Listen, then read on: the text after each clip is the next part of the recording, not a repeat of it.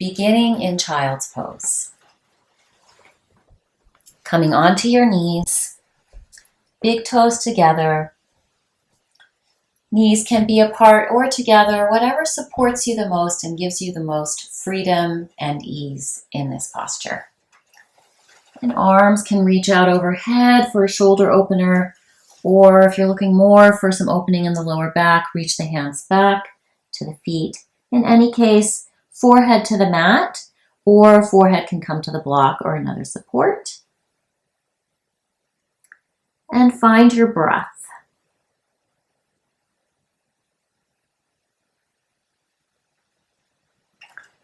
And in this simple posture, child's pose, pose of innocence, pose of wholeness, we're safe. And what makes us safe here is not overextending, not overreaching, not overdoing in any way. And this posture supports you in connecting to the interior terrain, connecting to the inner terrain. And that's what will keep you safe as well, just really knowing how you feel, knowing what is right for you, what is true for you, what is good for you.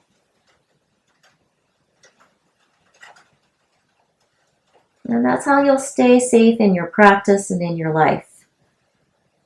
By staying true to yourself, by not overdoing, and at the same time, by allowing all that is available to be present. So we start with this posture because those things are easy to accomplish here. And then also by finding the breath. When you are aware of your breath, you're paying attention to your breath, accepting that inhalation, allowing the exhalation, receiving the inhalation, releasing the exhalation. When you keep that awareness on the breath, that will also keep you safe. So, establishing the foundation, ahimsa, non-harming.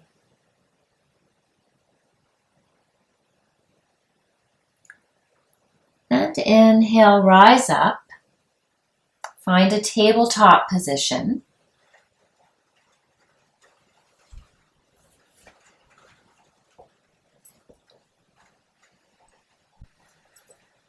And on your next inhale, releasing into the cow pose, little back bend. And on the exhale, rounding the spine, pressing the mat away, letting the head relax. And two more. Inhaling, tailbone up to the sky, gently drawing the heart forward, gaze rises. And exhale, lift the navel up, breathe out of that space. Exhale from between the shoulder blades. And one more. Still practicing ahimsa for a moment here. Sensing into your body, feeling what's available, and then bumping up against that edge. And honor that edge. I'm not going to push past it.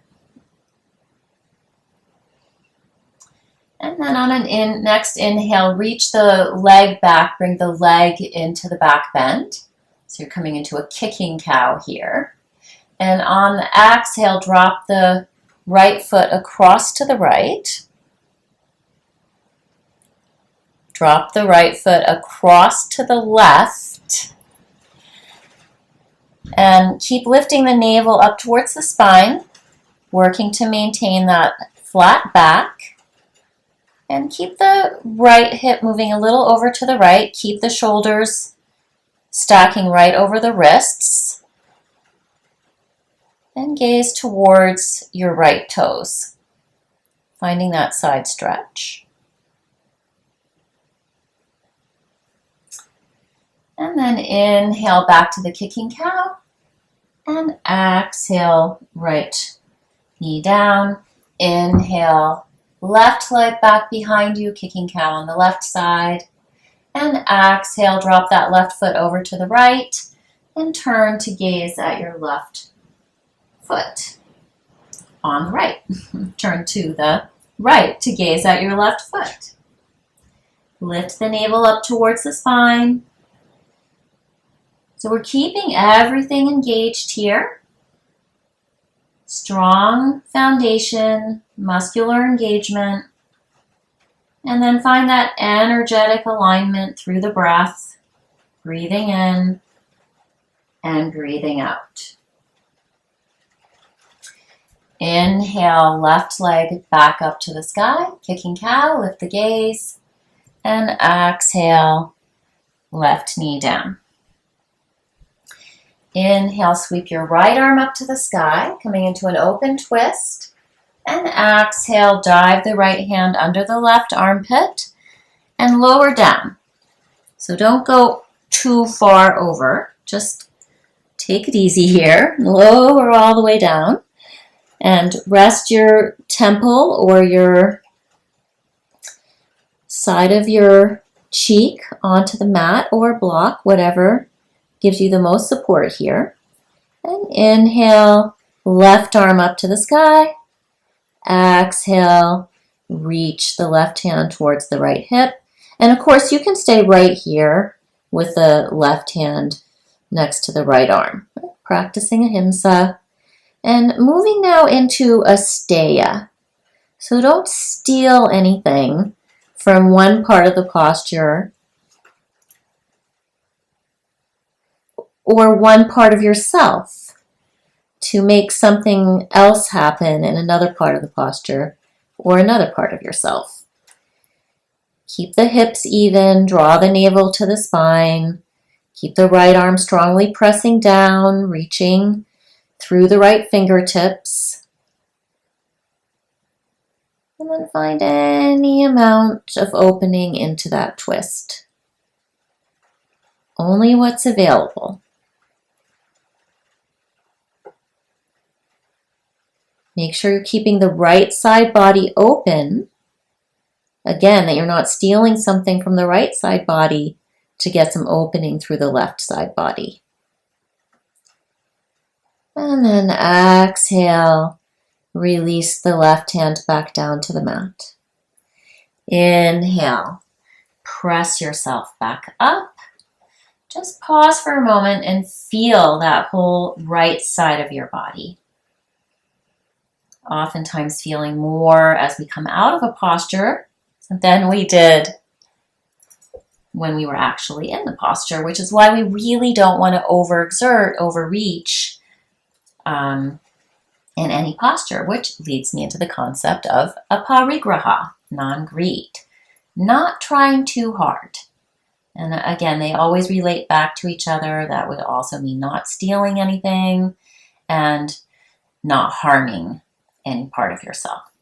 So let's think about all of those things on the other side. Our strong foundation here, and from that strong foundation, inhale, open, left fingers to the sky, reach through the left arm, and exhale. Don't steal anything from yourself. Don't go too far. Just drop on down. Prepare for the twist. Inhale, right fingers to the sky. And again, you can stay right here with the right hand pressing down. Only reaching up if that's truly available. Ahimsa, asteya, aparigraha. But if it is available, you'd be stealing something from yourself by not accessing it. So go ahead, if you can, and reach towards your left lower back or your left thigh. And very gently pressing the left arm down on the mat. Just exploring how much that right side body can lift and open into the twist. But again, make sure you're not crunching through the left side body, that you're not stealing from the left side to open the right side. And part of the ahimsa practice is to always draw the navel to the spine. When your core is strong, you'll be safe. And on your next exhale, release the right hand back down if it's not there already. And inhale, everybody slowly pull that left hand back. And again, notice how much you feel coming out of the posture. Allow everything to integrate and align. Keep the tailbone long, keep drawing the navel towards the spine, and bring your awareness to the shoulder blades and just let them integrate a little bit more into the upper back. So this is the posture we're looking for always. The long tailbone, the engaged core, and the shoulder blades moving more down the spine and a little bit forward towards the collarbone. Let all of this be as effortless as possible. And on an exhale, tuck your toes under, lift up, feel the core engage. So see if you can pause here for a moment, just lifting the knees up. And then begin to press back. Keep the knees bent, keep pressing back, beginning to work with brahmacharya, not over extending ourselves, right? So in some ways it feels like these things that we try not to do, the yamas, they're so related to each other, so interconnected that in some ways they're all the same. But this is to not use energy irresponsibly. So draw from the earth here by pressing into that index finger, not so much into the thumb, lifting up through the inner arms, opening the armpits, and only beginning to open up the backs of the knees as that becomes available. Not forcing the heels towards the mat. If they come to the mat, that's okay.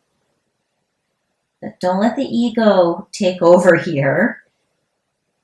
Let it be more about lifting from the balls of your feet up through your thighs into your hip creases. Tuck the ribs in, draw the navel to the spine, and see how much you can lengthen from your armpits up through the sides of your waists into your hip creases. And then reach from your glutes down through your hamstrings and your calves toward your heels. And allow the heels to drop towards the mat. And feel how your body is dispersing the energy evenly here to get you both into this upside down V shape, but also helping you to maintain this upside down V shape. And then as you're ready, walk the feet towards the hands towards the feet until you find your way into either a half forward fold, if that's what allows you to keep the longest spine and the flattest back, or you can round the spine a little bit. It doesn't have to be a rigid thing, but we're just looking for space here in the back body. And again, don't steal from the front body to get it. So keep lifting the hip creases up, drawing the navel to the spine, allowing the heart and the head to both drop towards the earth. Bringing the weight of the posture more into the balls of the feet.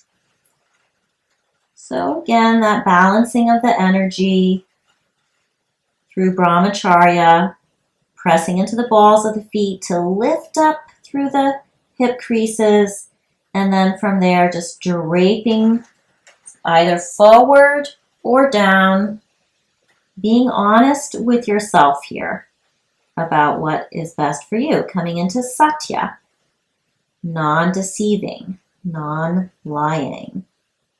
And it's pretty hard to lie to ourselves in these yoga postures. They keep us pretty honest by their very nature. On an inhale, Begin to rise up through a little chair pose, so knees will bend a bit, hips move back, and then top of the inhale, straighten the legs, reach through the fingertips towards the sky, and feel how you're also deepening through the soles of the feet into the earth. And exhale, palms together at the center of your chest.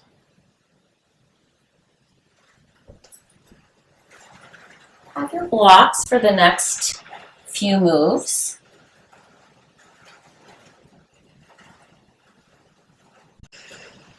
And inhale, big circle out and up.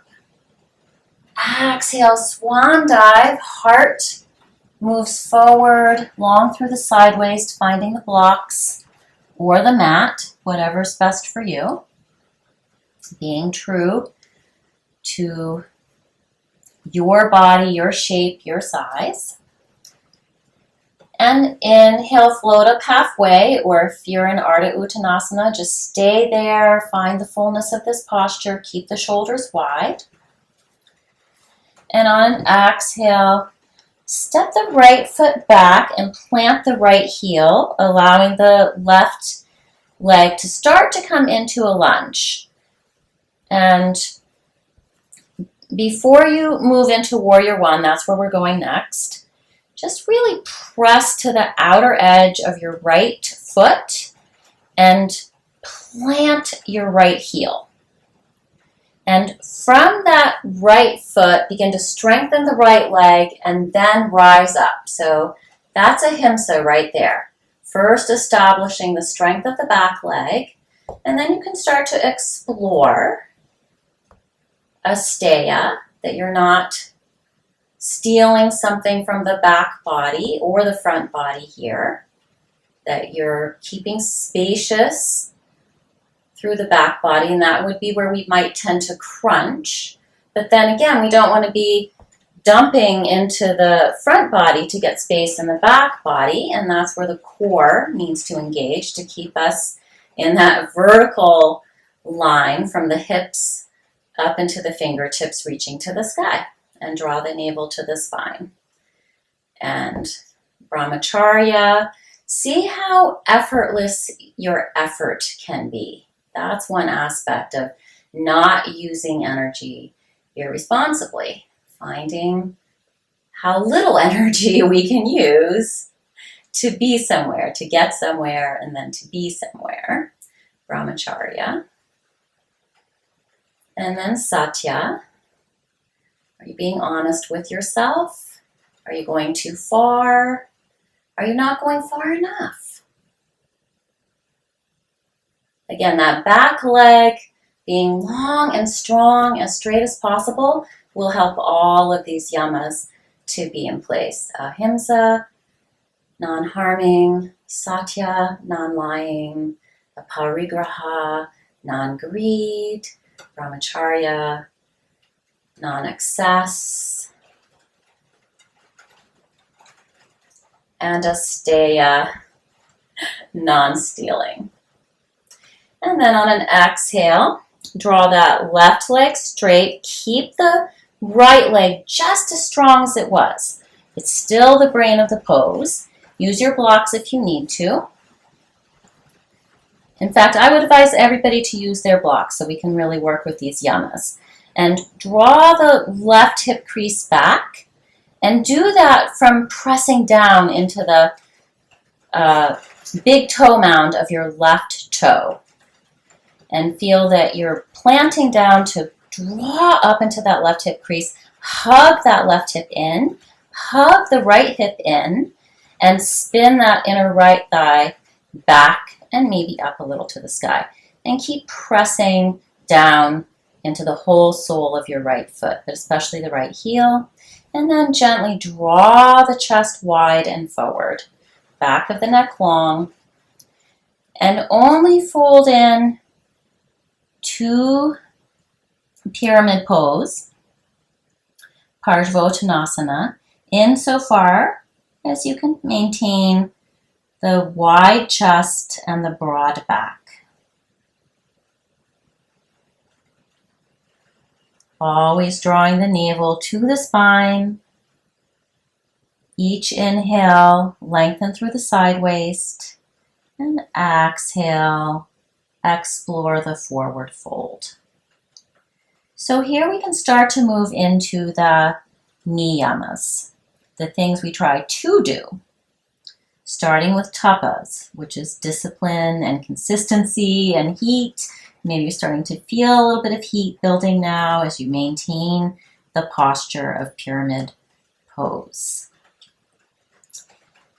And then from here, moving into revolved triangle, Parivriti Trikonasana, bringing the block close to the left leg. And although you're resting the right hand onto the block, don't dump into it. Lift up out of the right block and bring that left hand into the left hip. And maybe just have this be your Parivriti Trikonasana, just exploring this twist.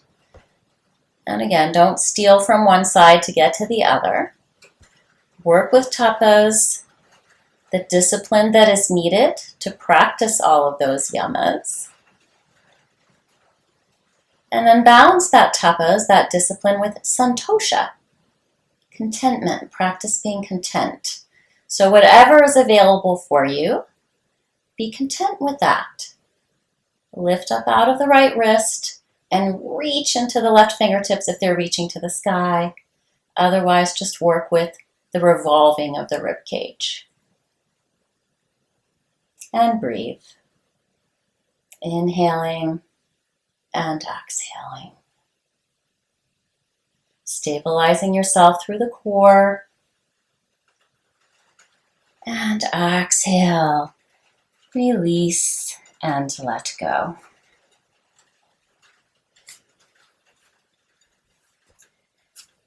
Next, inhale, rise back up, strengthening that back leg as you move back into your warrior one. And on your exhale, palms to the center of your chest and step your right foot forward.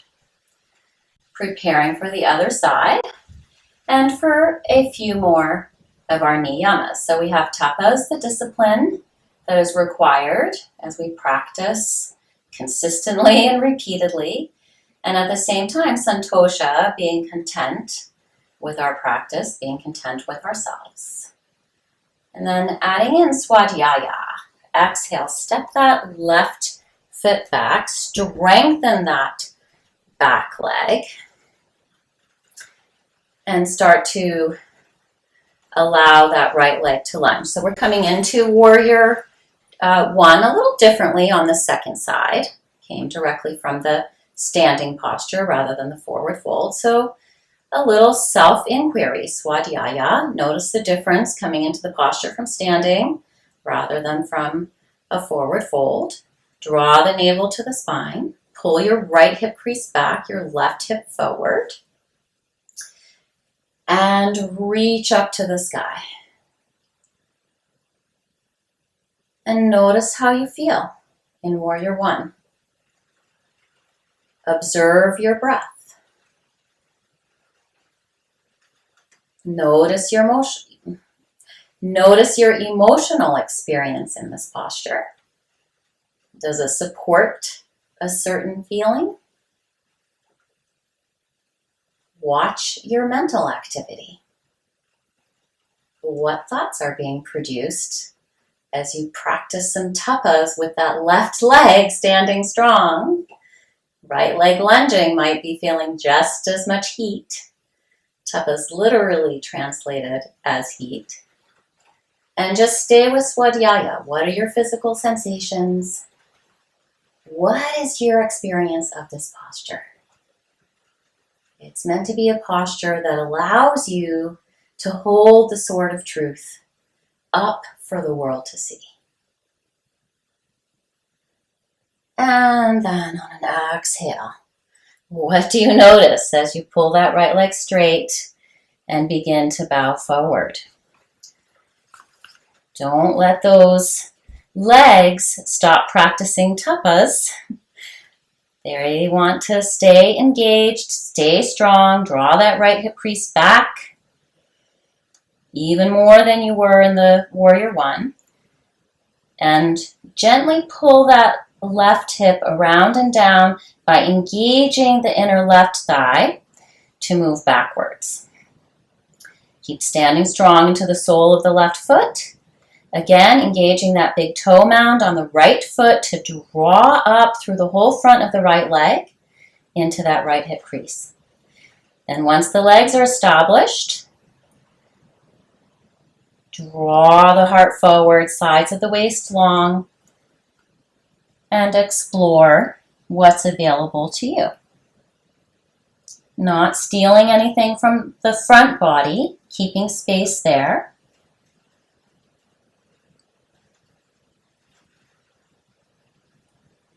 As you lengthen your spine and keep your back broad, your chest wide.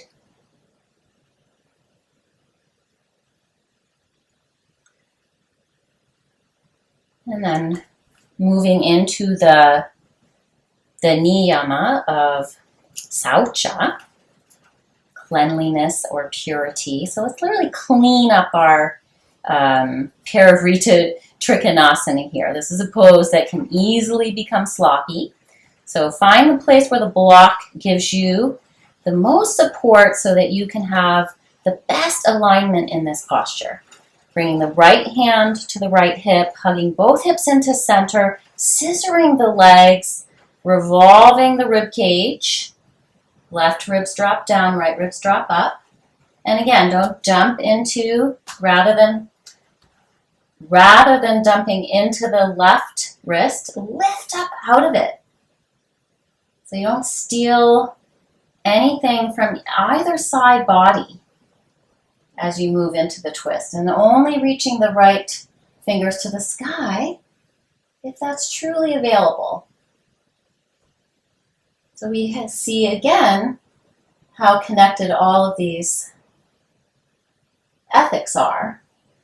As we clean up this posture, purify it, bring it into alignment, we'll have to be honest with ourselves.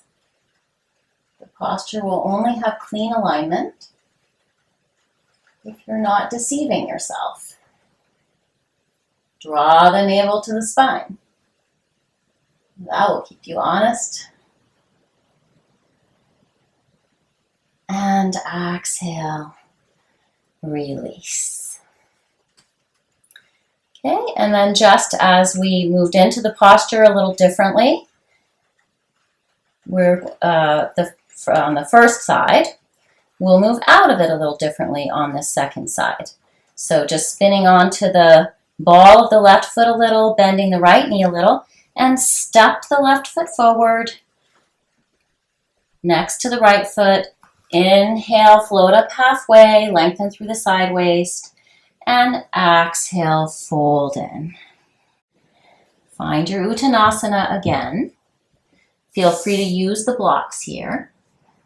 Feel that combination of tapas, that you are making some effort, but also brahmacharya, you're not making an excessive effort, and tapas, always balanced by santosha, contentment. You can see how putting those two together will help you achieve brahmacharya. So again, you can see how you can just kind of go around in circles with these yamas and niyamas. And I would say, overall, you might just think of this. As you let your head drop towards the earth, keep your spine long, keep hollowing the belly, lifting up through the backs of your legs, lifting up through the fronts of the legs, feeling all of that muscular engagement, that on the one hand, you are making an effort, but on the other hand, you're not overdoing. You're not overextending yourself.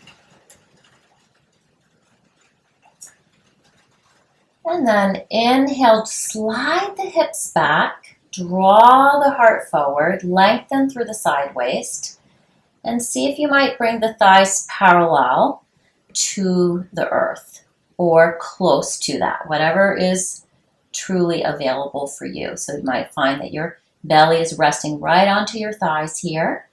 And then from there, you might float your arms out like wings.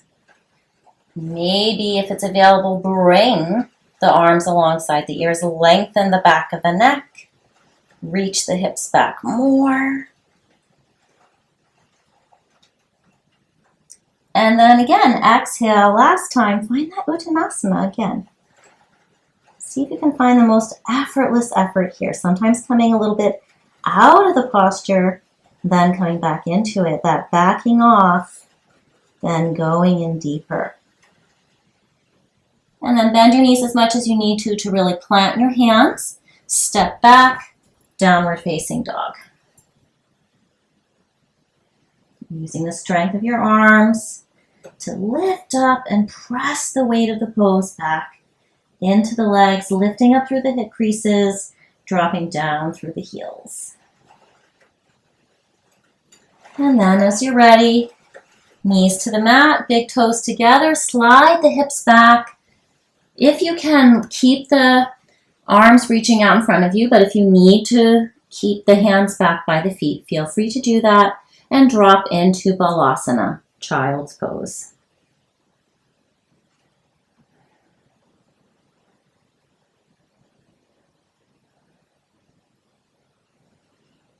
Okay, and just feel that freedom from suffering when we know who we are, when the innocence and the wholeness are revealed. No longer craving things that we don't need. This is when you know that you are enough, you have enough, and that's it. You are enough and you have enough. You don't have to get more, you don't have to be more, you don't have to do more. This is it. And then the last of the Niyamas, the things we try to do, and again, this is very interesting to me. Ishvara Pranadhana.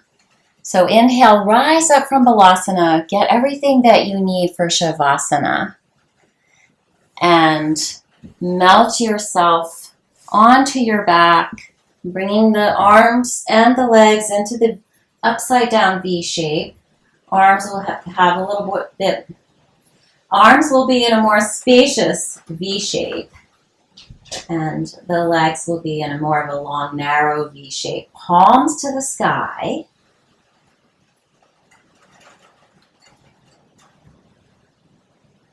And melt yourself into Ishvara Pranadhana, surrender. Surrendering that individual self to the union of yoga, to the ideal that we are all one, that we are all part of something both eternal and infinite, something beyond what we can possibly understand in this little container where our prana is dwelling, what we could possibly perceive through the little tiny pupils of our eyes. Surrender yourself.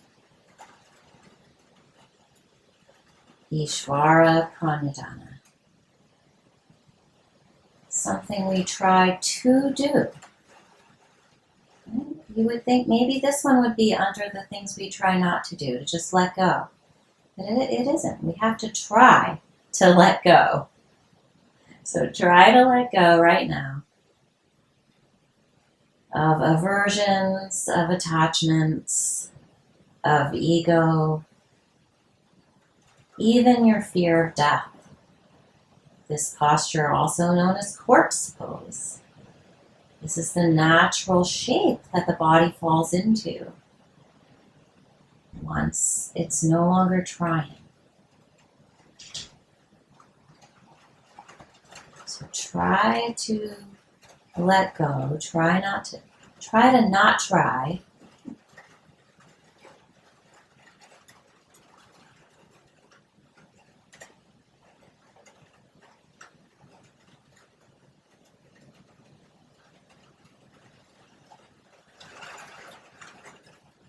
And Ishvara Pranadhana also containing this idea of connection with the entire universe. So feel the back body dropping and melting into the earth beneath you. Feel the front body open and receptive to the sky above you.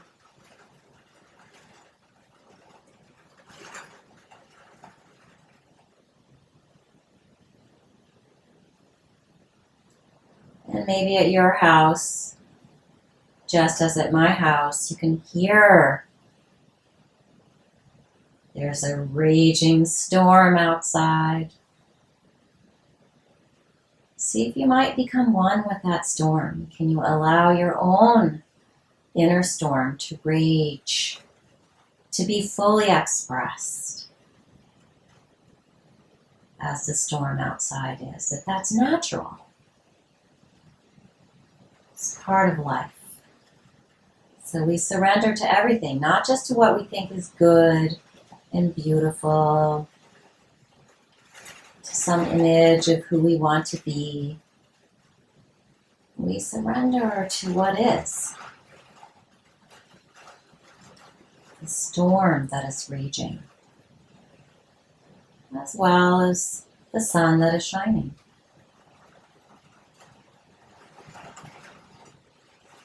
The night that is dark, or the night that is light with the moon. Just embracing it all. Surrendering to it all.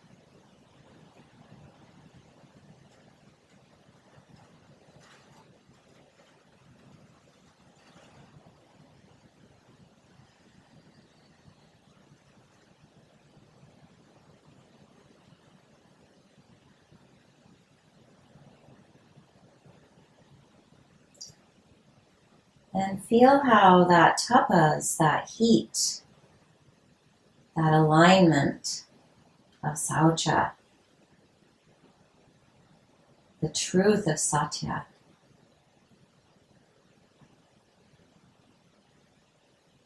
the non-excess of brahmacharya, the contentment of santosha, the non-harming of ahimsa, the non-stealing of steya, the non-greed of aparigraha, the self-study of swadhyaya.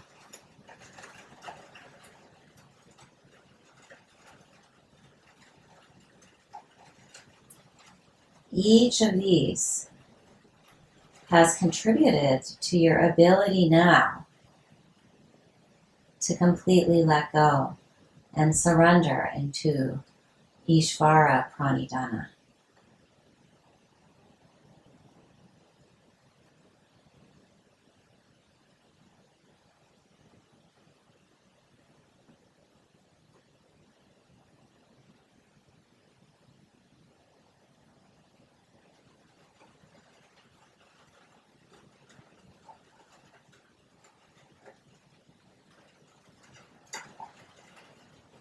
Feel how tapas, the heat, the discipline, leads to saucha, the purification, the cleanliness.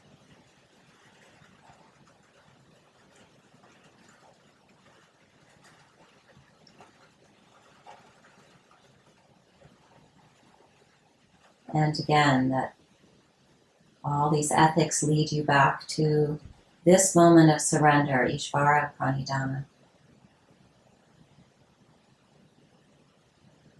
And if you can really be here,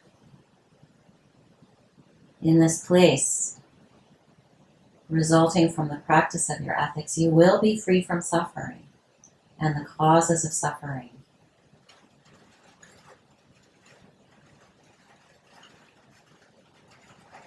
You will know what you know.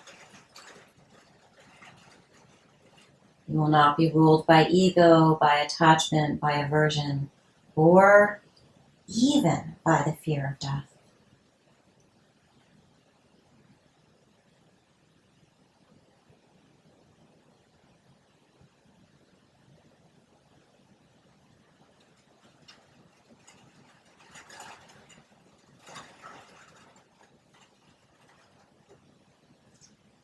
And begin to wiggle your fingers and your toes. Inhale through your nose into the center of your chest. And exhale through your mouth, letting out some kind of a sound.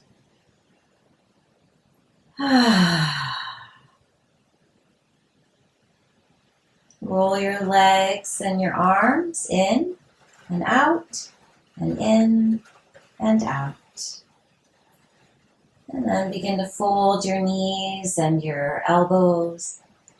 Wiggle your hips and rock from side to side. Pencil stretch if you like. Do on an exhale, pull the knees into the chest. Give yourself a hug. Feeling your wholeness. No need to get more, have more, or be more. And then rolling over onto your right side. Right arm can come up under your ear for a pillow. And pause here for 3 full cycles of breath.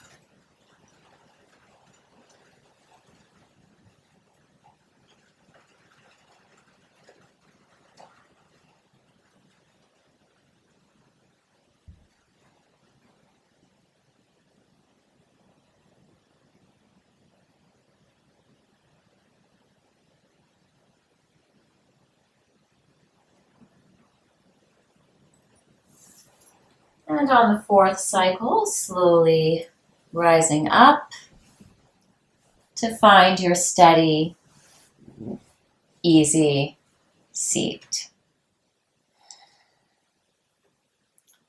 In a moment of meditation, feel free to bring the hands into meditation mudra if you like, or simply rest your palms on your thighs if you're looking to be more grounded. And I would say that the Niyamas, the 5 things we try to do, are more grounding. So if you're looking to be more grounded, you may want to focus more on the Niyamas. On the other hand, if you're looking to be more receptive, sometimes you don't want to do this with your mind, but let the hands decide. The hands know. The hands are an expression of the heart, so they're coming from the true self. So if you feel that just natural desire to turn the palms up to the sky and let the backs of the hands rest on the thighs, then you're longing to be more receptive. And so you may want to focus a little more on the yamas. So there's one consideration. Maybe I need the yamas a bit more than the niyamas, or maybe I need the niyamas a bit more than the yamas. But in addition to that, as we've very quickly and briefly skimmed the surface of the ethics, perhaps one ethic spoke to you, really connected to your heart, or to your mind, or to your body, more than the others. I'll just quickly go through them again, and you can think about which one is it that you really want to take with you today, off the mat, into your life, and out into the world. Ahimsa, non-harming, and that starts with not harming yourself. Brahmacharya, non-excess, not using energy irresponsibly. Asteya, non-stealing, not stealing from yourself, not taking on other people's responsibilities. Aparigraha, non-greed, not wanting what isn't yours. It also means being happy with what is yours.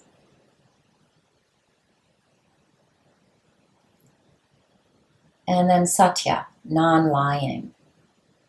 And again, all of these start with us, not lying to yourself, not deceiving yourself, not being dishonest with yourself. And then the niyamas, the things we try to do, tapas, the heat of discipline of repetition, of consistency. Santosha, being content with yourself as you are, with your life as it is.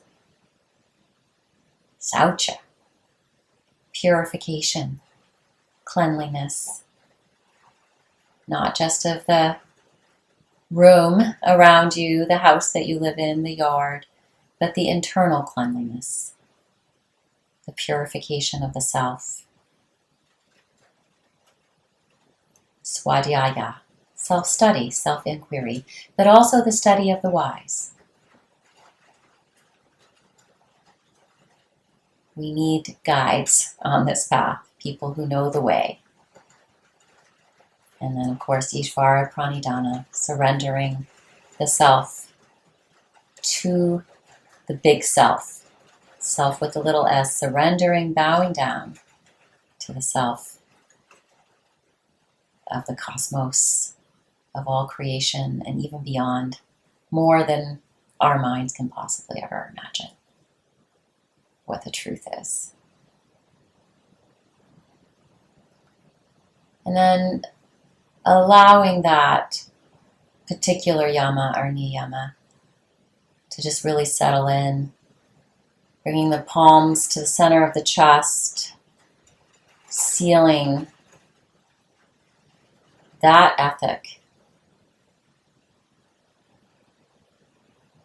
into your practice, into your life as a guiding light that will show you the way.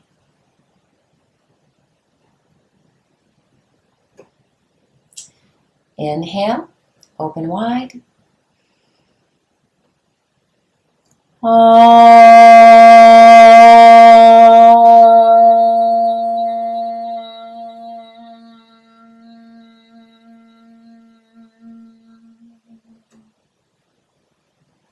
Inhale, lift your heart a little higher. As you exhale, maintain the lift of your heart and allow your chin to drop to or just towards your chest. May you be free from suffering and the causes of suffering,